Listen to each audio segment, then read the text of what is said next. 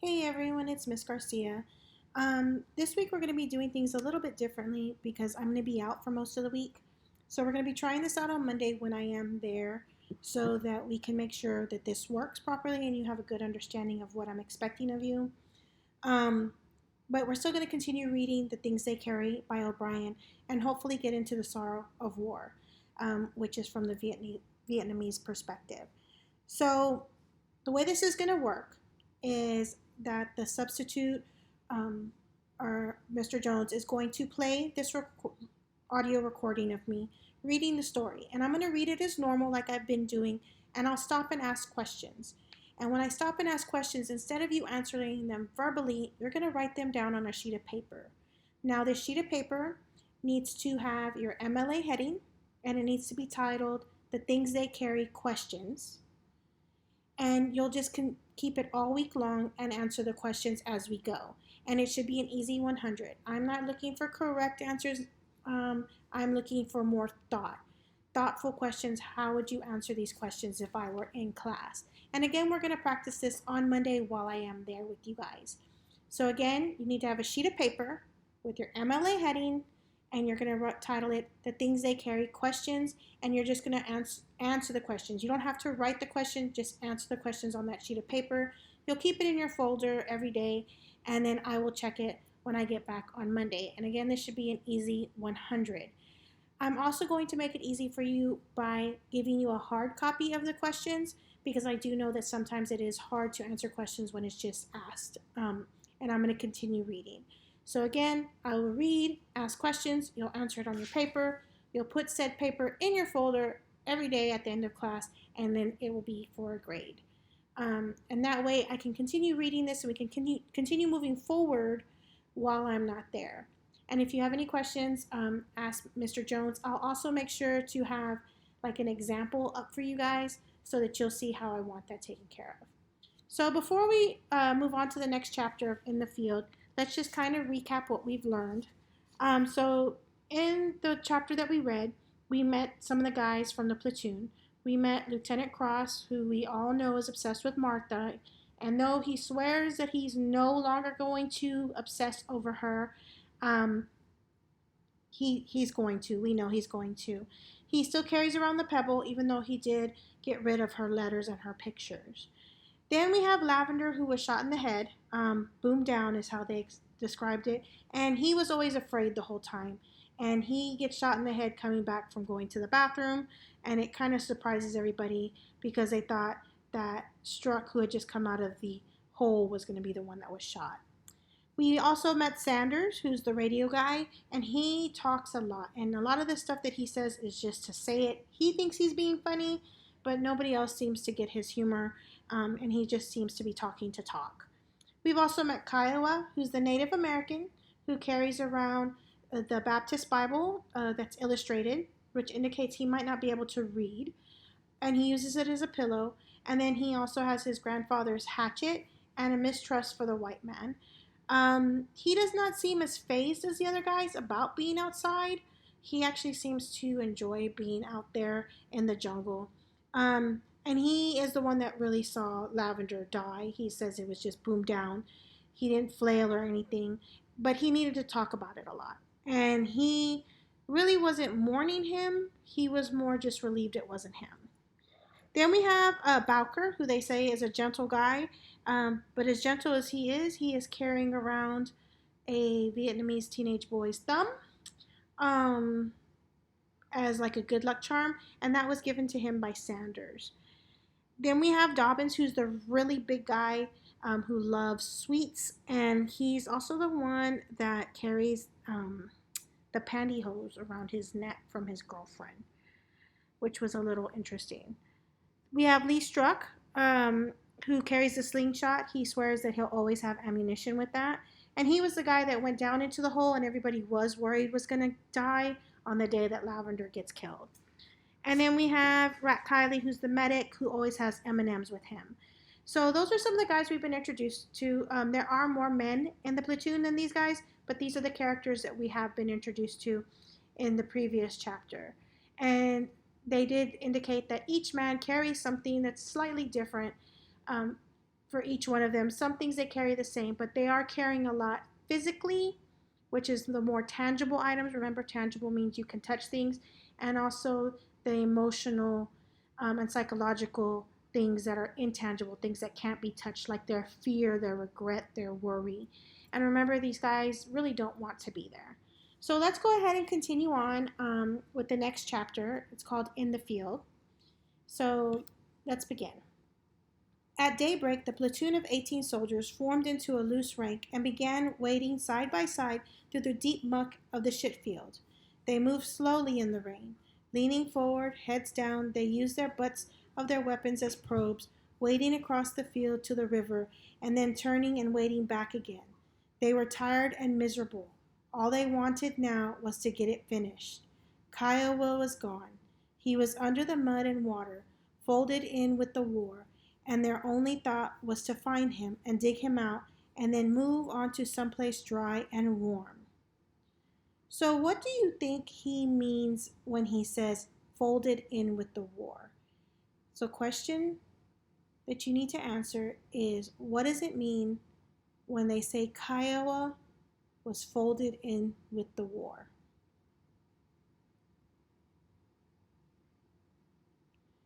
Okay. I'm going to go ahead and move on. And again, I'm going to have these questions in a hard copy for you. It had been a hard night, maybe the worst ever.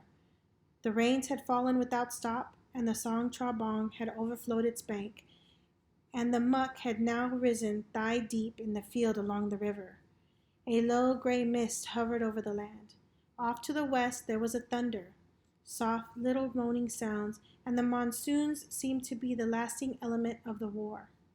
Now, monsoons are rainy seasons.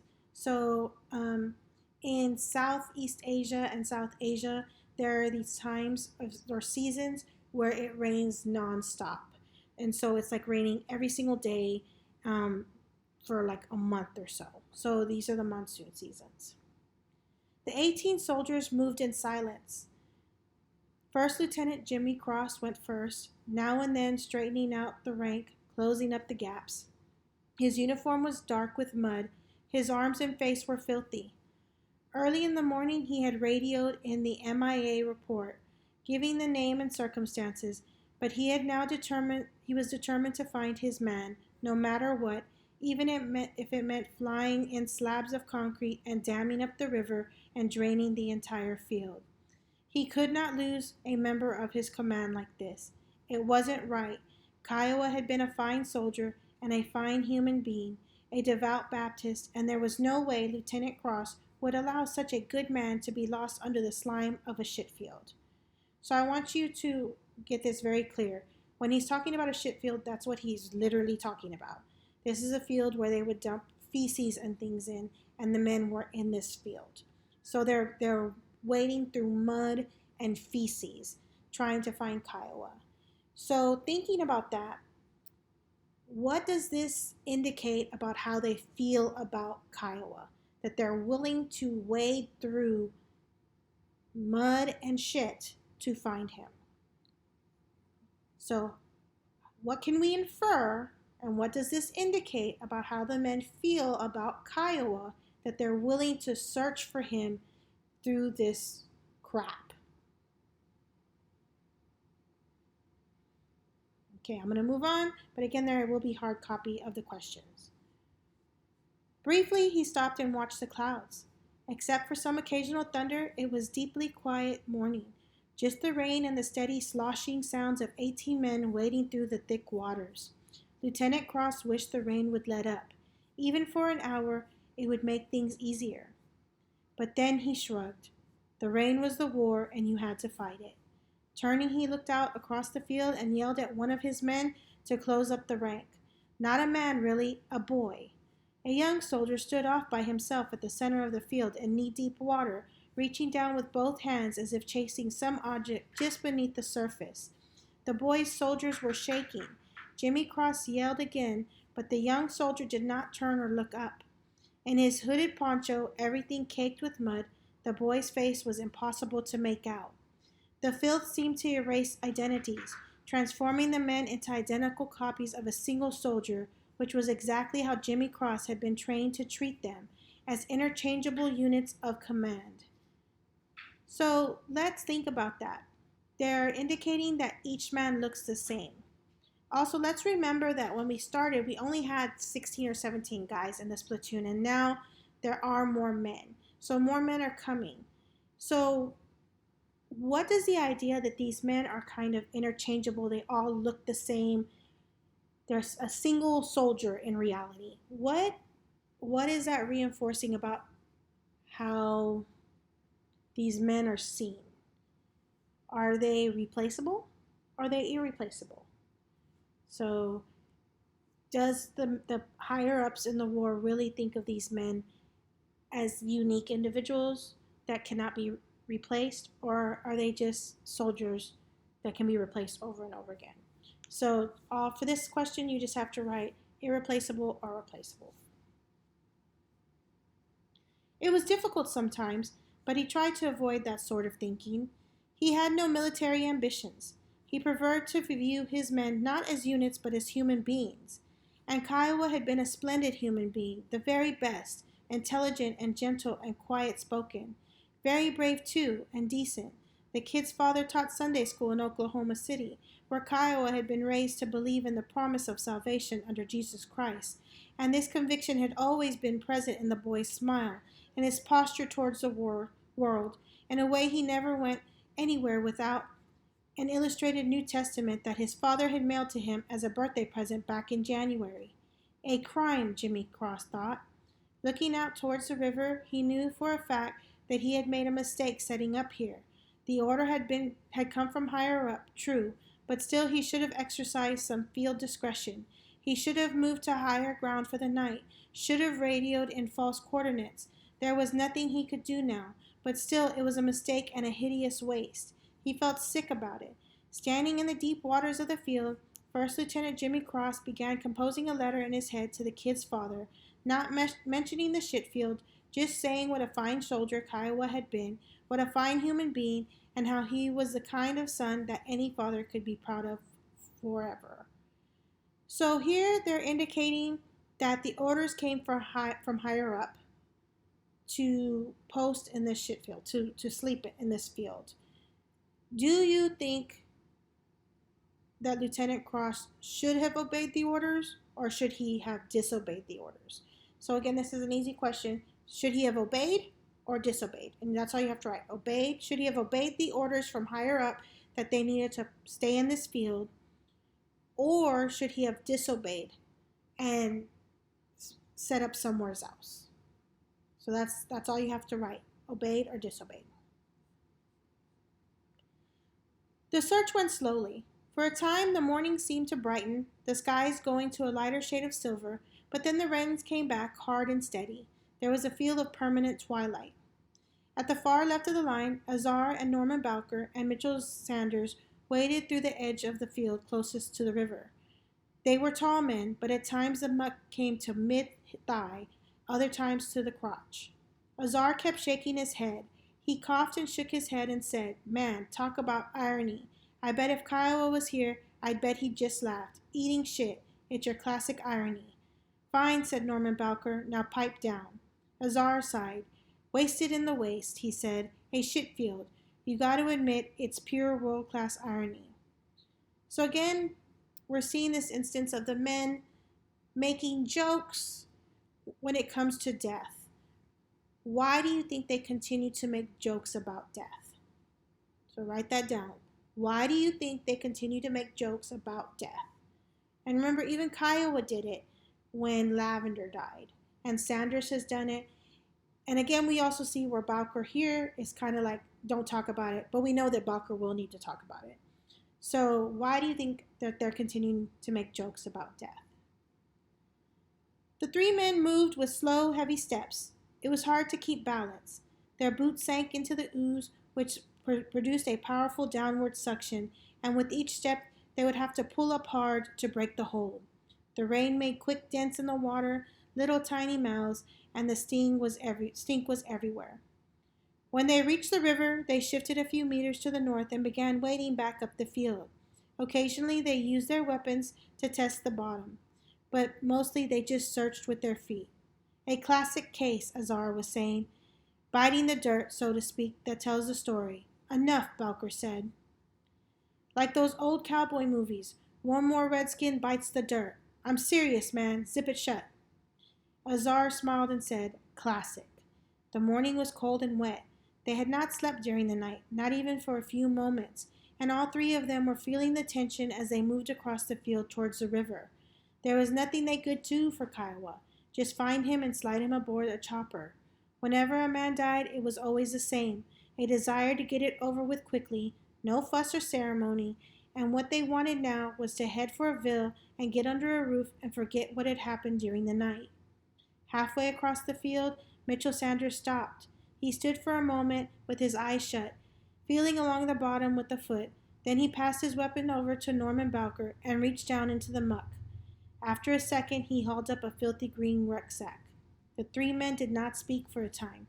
The pack was heavy with mud and water, dead looking. Inside was a pair of moccasins and an illustrated New Testament. Well, Mitchell Sanders finally said, the guy's around here somewheres. Better tell the LT. Screw him. Yeah, but. Some lieutenant, Sanders said. Camps us in a toilet. Man don't know shit. Nobody knew, Bowker said. Maybe so, maybe not.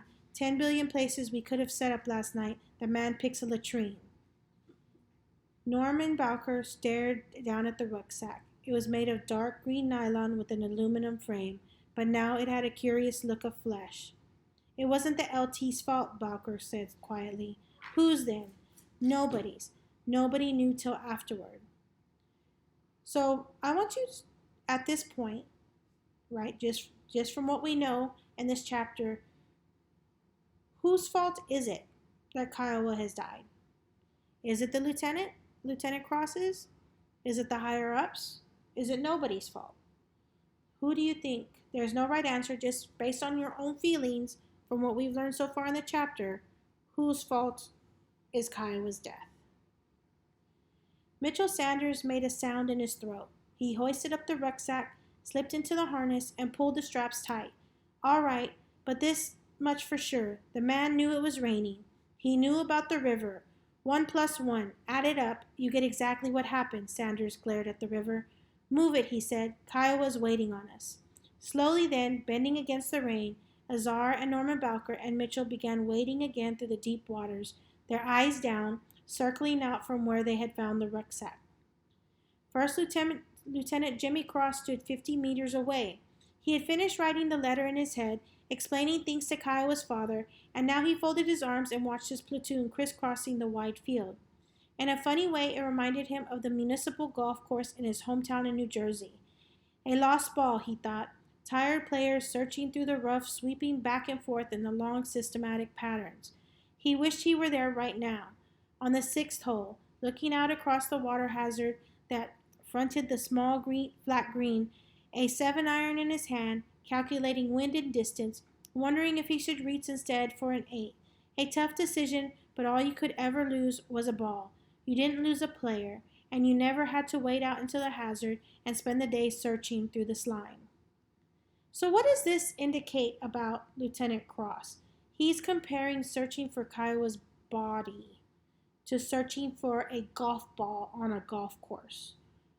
Tell me what you think this says about Lieutenant Cross. And again, there's no right or wrong answer. I just want to know what you think of Lieutenant Cross for him making this comparison. He's literally thinking about golfing and looking for a ball that he's lost to looking in a shit field for a man's body. What do you think about Lieutenant Cross? Lieutenant Cross did not want the responsibility of leading these men. He never wanted it. So again, it's being reinforced here that he just did not want this job. And remember, we kind of inferred that he was probably drafted out of college and he was not really meant to lead men.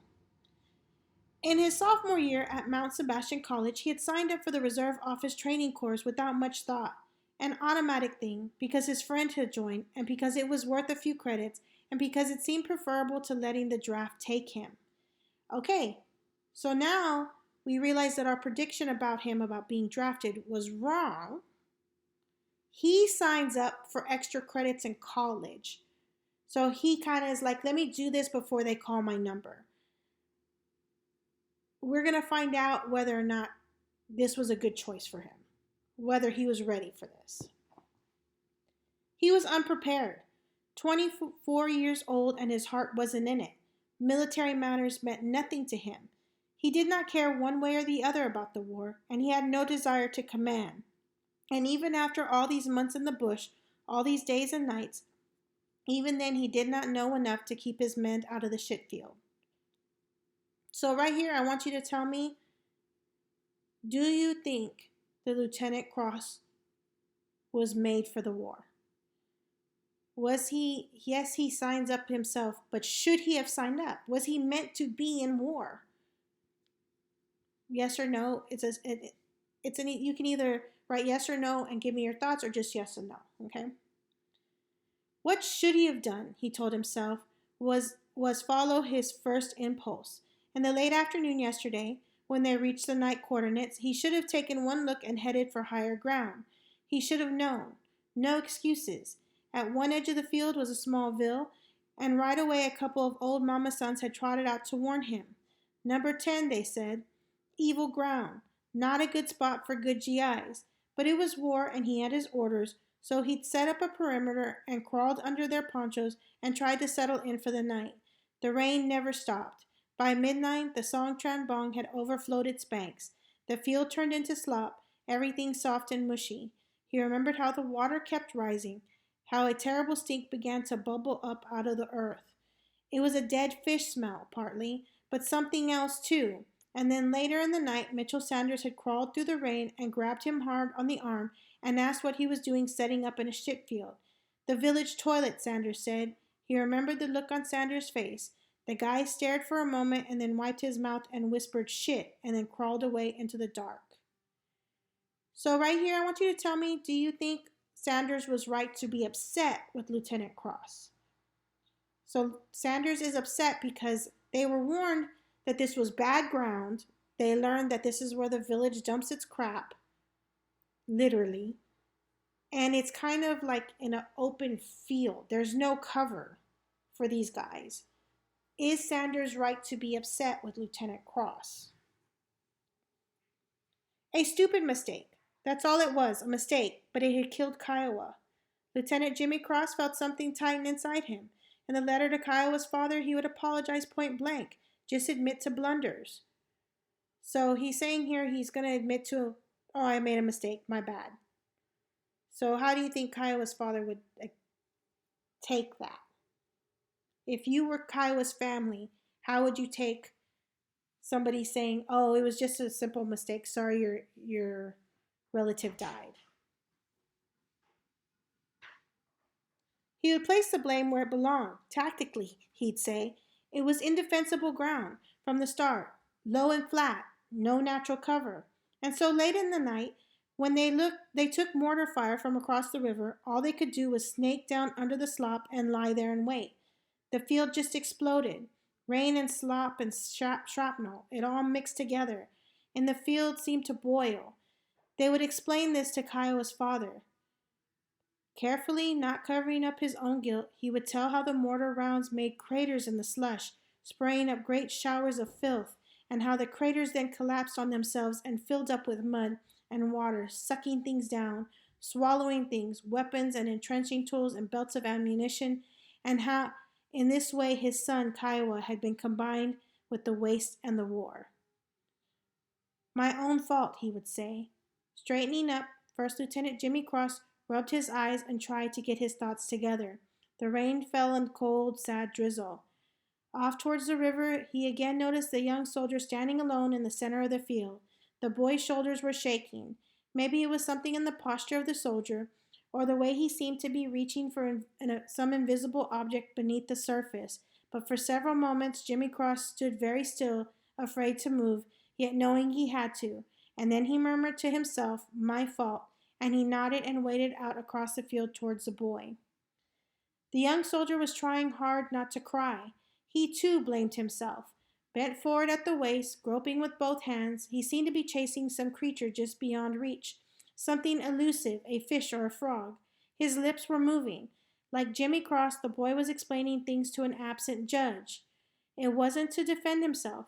The boy recognized his own guilt and wanted only to lay out all the full causes. Wading sideways a few steps, he leaned down and felt along the soft bottom of the field. He pictured Kiowa's face. They'd been close buddies, the tightest. He remembered how last night they had huddled together under their ponchos, the rain cold and steady, the water rising to their knees, but how Kiowa had just laughed it off and said they should concentrate on better things. And so for a long while they talked about their families and hometown. At one point the boy remembered he'd been showing Kiowa a picture of his girlfriend. He remembered switching on his flashlight. A stupid thing to do, but he did it anyways, and he remembered Kiowa leaning in for a look at the picture. Hey, she's cute, he'd said, and then the field exploded all around them. So, what caused the mortar fire? What caused the field to explode? What reason do we think? What was the action that was taken that caused the enemy to start bombing the field? Okay, so just based off this paragraph alone, what can we infer was the cause of all the explosives to start going off? Like murder, the boy thought, the flashlight made it happen, dumb and dangerous. As a result, his friend Kiowa was dead. That's simple, he thought. He wished there were some other way to look at it, but there wasn't. Very simple and very final. He remembered 2 mortar rounds hitting close by, then a third even closer, and off to his left he heard somebody scream. The voice was ragged and clotted up, but he knew instantly it was Kiowa. He remembered trying to call towards the screaming. No sense of direction, though, and the field seemed to suck him under, and everything was black and wet and swirling, and he couldn't get his bearings, and then another round hit nearby, and for a few moments all he could do was hold his breath and duck down beneath the water. So I want you to get a clear understanding of what's happening. They're in this field, and this field is low, and it's open, so they have no cover. The river is starting to go into this field, so now it's filling with water, and they're bombing it. So what's happening is the bombs come, and they make a hole in the earth, but because everything is so wet and muddy, the hole then fills up with mud and water. So anytime there's a bomb nearby or an explosion nearby, it opens up and then sucks them down like a sinkhole. And so that's what's happening with everything, okay? Later, when he came up again, there were no more screams. There was an arm and a wristwatch and a part of a boot. There were bubbles where Kiowa's head should have been. He remembered grabbing the boot. He remembered pulling hard, but how the field seemed to pull back. Like a tug of war, he couldn't win, and how finally he had to whisper his friend's name and let go and watch the boot slide away. Then for a long time, there were things he could not remember, various sounds, various smells. Later he found himself lying on a little rise, face up, tasting the field in his mouth, listening to the rain and explosives and bubbling sounds. He was alone. He'd lost everything. He'd lost Kiowa and his weapon and his flashlight and his girlfriend's picture. He remembered this. He remembered wondering if he could lose himself. So now knowing what happened to Kiowa, who do you think is to blame for Kiowa's death? Is it Lieutenant Cross? Is it the higher-ups? Is it this unnamed young soldier? Or is it just nobody's fault? Is it war? There's no right or wrong answer. I just want to know your thoughts. Who is to blame now for Kiowa's death? Now in the dull morning rain, the boy seemed frantic. He waded quickly from spot to spot, leaning down and plunging his hands into the water. He did not look up when Lieutenant Jimmy Cross approached. Right here, the boy was saying. Got to be right here. Jimmy Cross remembered the kid's face, but not the name. That happens sometimes. He tried to treat his men as individuals, but sometimes the names just escaped him. He watched the young soldier shove his hands into the water. Right here, he kept saying. His movements seemed random and jerky. Jimmy Cross waited a moment, then stepped closer. Listen, he said. The guy could be anywhere. The boy glanced up. Who could? Kiowa, you can't expect. Kiowa's dead. Well, yes. The young soldier nodded. So what about Billy? Who? My girl. What about her? This picture. It was the only one I had. Right here. I lost it. Jimmy Cross shook his head. It bothered him that he could not come up with a name. Slow down, he said. I don't. Billy's picture. I had it all wrapped up. I had it in plastic, so it'll be okay if I can. Last night we were looking at it, me and Kiowa, right here. I know for sure it's right here somewheres. Jimmy Cross smiled at the boy. You can ask her for another one, a better one. She won't send another one. She's not even my girl anymore. She won't. Man, I've got to find it. The boy yanked his arm free. So, okay. Let's go back up a little bit.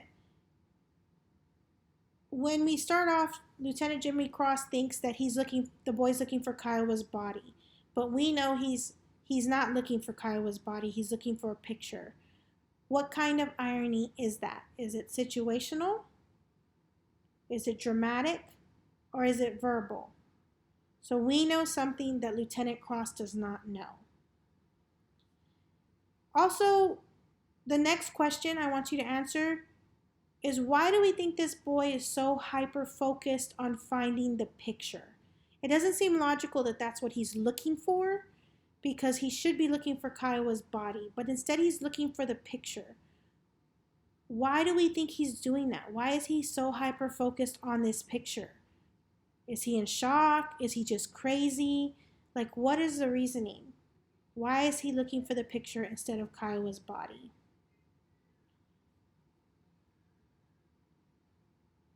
So the boy yanked his arm free.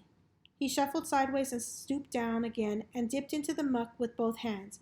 His shoulders were shaking. Briefly, Lieutenant Cross wondered where the kid's weapon was and his helmet, but it seemed better not to ask.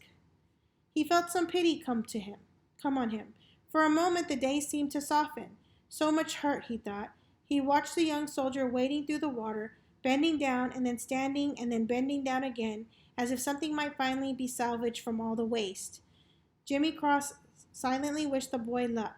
Then he closed his eyes and went back to working on the letter of Kiowa's father. Across the field, Azar and Norman Bowker and Mitchell Sanders were wading along a narrow dike at the edge of the field. It was near noon now. So a dike is like a small hill, like a small mound or hill that's kind of used as a barrier. Norman Bowker found Kiowa. He was under 2 feet of water. Nothing showed except the heel of a boot. That's him, Azar said. Who else? I don't know. Azar shook his head. I don't know. Norman Bowker touched the boot, covered his eyes for a moment, then stood up and looked at Azar. So where's the joke? He said. No joke. Eating shit. Let's hear that one. Forget it. So why do we think Bowker's kind of targeting Azar? Why is he targeting him right now? Is he angry at Azar, or is he just angry at the situation? Is he sad? Why do you think he's starting to get mad now? Mitchell Sanders told them to knock it off. The 3 soldiers moved to the dike, put down their packs and weapons, then waded back to where the boot was showing. The body lay partly wedged under a layer of mud beneath the water. It was hard to get traction. With each movement, the muck would grip their feet and hold tight. The rain had come back harder now. Mitchell Sanders reached down and found Kiowa's other boot, and they waited a moment. Then Sanders sighed and said, okay. And they took hold of the 2 boots and pulled up hard. There was only a slight give. They tried again, but this time the body did not move at all. After a 3rd try, they stopped and looked down for a while. One more time, Norman Bowker said. He counted to 3, and they leaned back and pulled. Stuck, said Mitchell Sanders. I see that. Christ. They tried again, then called over Henry Dobbins and Rat Kiley, and all 5 of them put their arms and backs into it, but the body was jammed in tight.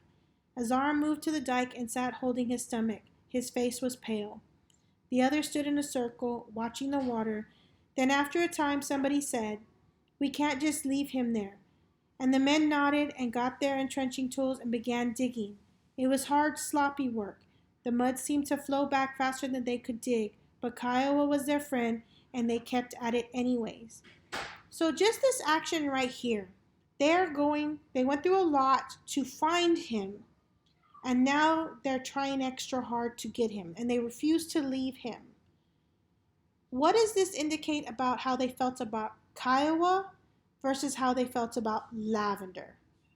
So, what are the differences about how the men felt about Kiowa versus Lavender, just by their actions? So, remember with Lavender, they just had to pick him up. They smoked his dope. They put him on the chopper, and then they go burn a village. For Kiowa, they have been walking through the sludge that is almost waist deep, and that's filled with crap, and it's hard walking through it. And now they're digging to get him out. So what do you think that indicates about how they felt about Kiowa versus Lavender? Slowly, in little groups, the rest of the platoon drifted over to watch. Only Lieutenant Jimmy Cross and the young soldier were still searching the field. What we should do, I guess, Norman Bowker said, is tell LT. Mitchell Sanders shook his head. Just mess things up. Besides, the man looks happy over there, real content. Let him be. So right here, Mitchell Sanders thinks that the lieutenant feels happy, but we know that the lieutenant is writing a letter over and over again in his head. So we know something that Sanders doesn't know. What kind of irony is that? After 10 minutes, they uncovered most of Kiowa's lower body. The corpse was angled steeply into the muck, upside down, like a diver who had plunged headfirst off a high tower. The men stood quietly for a few seconds. There was a feeling of awe. Mitchell Sanders finally nodded and said, "Let's get it done." And they took hold of the legs and pulled up hard, then pulled again. And after a moment, Kiowa came sliding to the surface. A piece of his shoulder was missing. The arm and chest and face were cut up with shrapnel. He was covered with bluish-green mud. "Well," Henry Dobbins said, "it could be worse." And Dave Jensen said, "How, man? Tell me how." Carefully trying not to look at the body, they carried Kiowa over to the dike and laid him down. They used towels to clean off the scum. Rat Kiley went through the kid's pockets, placed his personal effects in a plastic bag, taped the bag to Kiowa's wrist, then used the radio to call him a dust-off. So let's look at that action. They used towels to clean off the scum. What does that indicate about how they feel about Kiowa? They made sure to clean off all that mud and crap off of him. So what does that line, "they used towels to clean off the scum," indicate about how the men feel about Kiowa? Moving away, the men found things to do with themselves, some smoking, some opening cans of sea rations, a few just standing in the rain. For all of them, it was a relief to have finished. There was the promise now of finding a hooch somewheres, or an abandoned pagoda, where they could strip down and wring out their fatigues and maybe start a hot fire. They felt bad for Kiowa, but they also felt a kind of giddiness, a sweet joy, because they were alive, and because even the rain was preferable than being sucked under the shit field, and because it was all a matter of luck and happenstance. So, right here, I want you to tell me, do you think it's natural to feel this way? Kiowa felt this way when he was alive and Lavender wasn't. Do you think it's natural for the men to feel a kind of happiness for not being the one who died this way? Azar sat down on the dike next to Norman Bowker. "Listen," he said, "those dumb jokes, I didn't mean anything. We all say things. Yeah, but when I saw the guy, it made me feel, I don't know, like he was listening. He wasn't. I guess not, but I felt sort of guilty almost. Like if I'd kept my mouth shut, none of this would have ever happened. Like it was my fault." Norman Bowker looked out across the wet field. "Nobody's fault," he said. "Everybody's." So I want you to tell me right here, what does he mean by this? What does Norman Bowker mean by Kiowa's death is nobody's fault, yet it's everybody's fault? Again, I just want your thoughts. What do you think he means? That it's Kiowa's death is nobody's fault, yet it's everybody's fault. Near the center of the field, Lieutenant Jimmy Cross squatted in the muck, almost entirely submerged. In his head, he was revising the letter to Kiowa's father. Impersonal this time. An officer expressing officer's condolences. No apologies were necessary because, in fact, it was one of those freak things. The war was full of freaks and nothing could ever change it, anyways. Which was truth, he thought, the exact truth. Lieutenant Cross went deeper into the muck, the dark water at his throat, and tried to tell himself it was the truth. Beside him, a few steps off to the left, the young soldier was still searching for his girlfriend's picture, still remembering how he had killed Kiowa. So here we see that Lieutenant Cross is shifting the blame off of himself. He's saying that this is just war, but then in this sentence, he's also placing the blame on the young boy. Also, what do we know that Lieutenant Cross doesn't know about Kiowa right now? What do we know about Kiowa's body that Lieutenant Cross does not know? The boy wanted to confess. He wanted to tell the lieutenant how in the middle of the night he had pulled out Billy's picture and passed it over to Kiowa, then switched on the flashlight, and how Kiowa had whispered, "Hey, she's cute," and how a second the flashlight had made Billy's face sparkle, and how right then the field had exploded all around them. The flashlight had done it, like a target shining in the dark. The boy looked up at the sky, then at Jimmy Cross. "Sir," he said. The rain and mist moved across the field in broad sweeping sheets of gray. Close by there was thunder. "Sir," the boy said, "I got to explain something." But Lieutenant Jimmy Cross wasn't listening. Eyes closed, he let himself go deeper into the waste, just letting the field take him. He lay back and floated. So now he's floating in this grime and mud. When a man died, there had to be blame. Jimmy Cross understood this. You could blame war. You could blame the idiots who made the war. You could blame Kiowa for going to it. You could blame the rain. You could blame the river. You could blame the field, the mud, the climate. You could blame the enemy. You could blame the mortar rounds. You could blame people who were too lazy to read the newspaper, who were bored by the daily body counts, who switched the channels at the mention of politics. You could blame whole nations. You could blame God. You could blame the munitions markers or Karl Marx or a trick of fate or an old man in Omaha who forgot to vote. Okay, so here I want you to tell me in this paragraph what literary device is being used. What literary device is being used? Also, I will give extra credit. I'll give an extra 10 points on your next summative or any summative of your choosing if somebody can come back and tell me who Karl Marx is. Why you think he's being mentioned in this particular paragraph. So 10 extra points on a summative if you can tell me who Karl Marx is and why Lieutenant Jimmy Cross is mentioning him. In the field, though, the causes were immediate. A moment of carelessness or bad judgment or plain stupidity carried consequences that lasted forever. For a long while, Jimmy Cross lay floating. In the clouds to the east, there was the sound of a helicopter, but he did not take notice. With his eyes still closed, bobbing in the field, he let himself slip away. He was back home in New Jersey. A golden afternoon on the golf course, the fairways lush and green, and he was teeing it up on the first hole. It was a world without responsibility. When the war was over, he thought, maybe then he would write a letter to Kiowa's father. Or maybe not. Maybe he would just take a couple of practice swings and knock the ball down the middle and pick up his clubs and walk off into the afternoon. So right here, I want you to tell me if you think that if Lieutenant Jimmy Cross is going to send a letter to Kiowa's dad. Do you think he's really going to send a letter? It's just a simple yes or no question. Do you think he's going to send a letter to Kiowa's dad?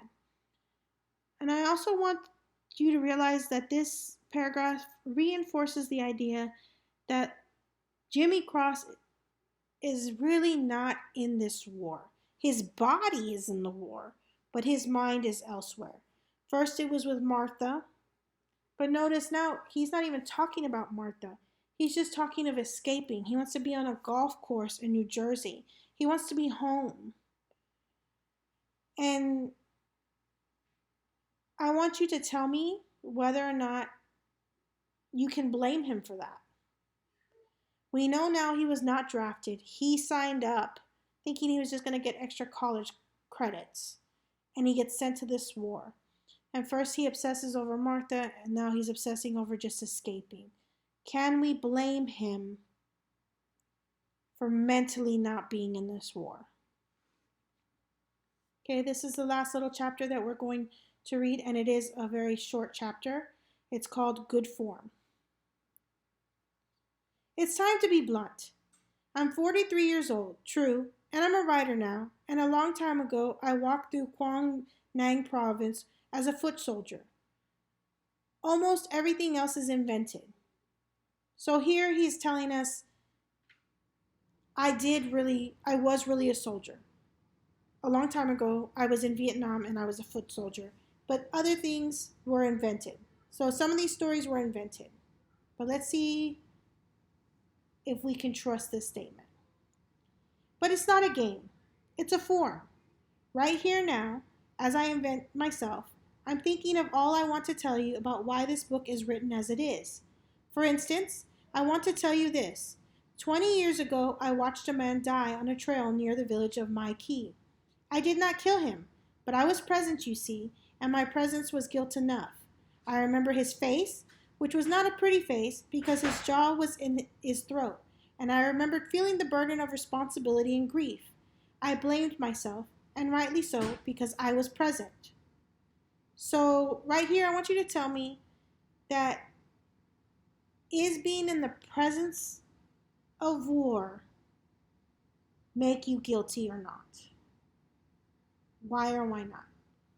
So he's saying he's guilty just because he was there in war.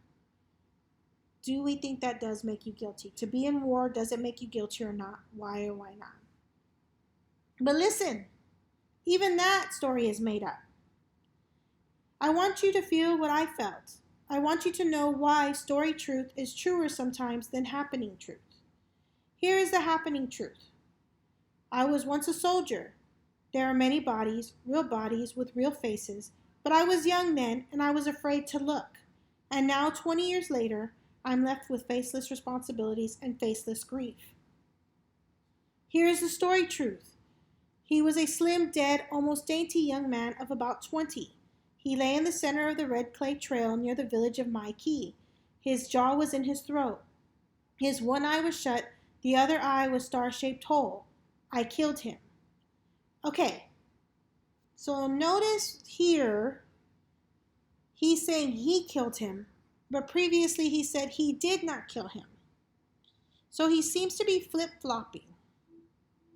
Does this make him a reliable or unreliable narrator? So a reliable narrator, remember, we can trust them and trust what they say.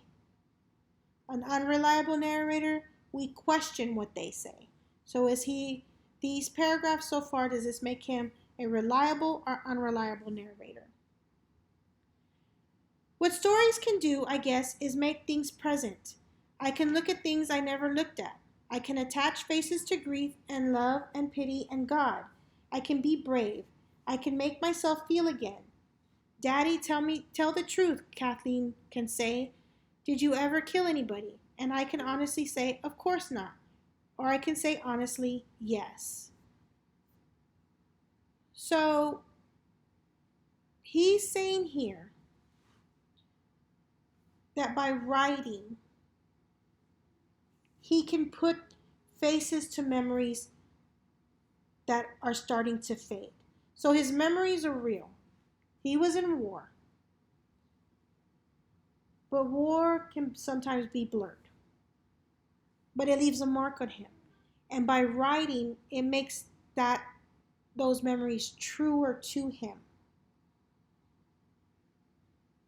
And helps him answer some questions for himself. Helps him feel guilty. Helps him relieve some of his guilt.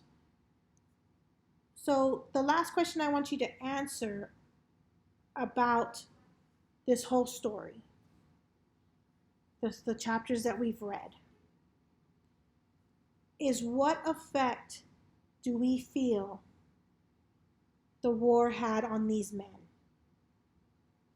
So what effect, based on what we've read, did the war have on these men? Emotionally, psychologically, physically. Whether these stories were true or not, we can assume that some of these stories did happen in some shape or form, just from what we saw when we did background. So what effect do you think that the war, the Vietnam War, had on these young men? Okay, and this will be the end of the questions for the things they carry. All right, make sure you put this in your folder for an easy 100. Also, remember that you can get an extra 10 points if you look up Karl Marx and tell me why you think he was mentioned in the story. And then I will also give an extra 10 points on a summative if you can tell me in 3 to 5 sentences if you liked the story or if you didn't like the story and why.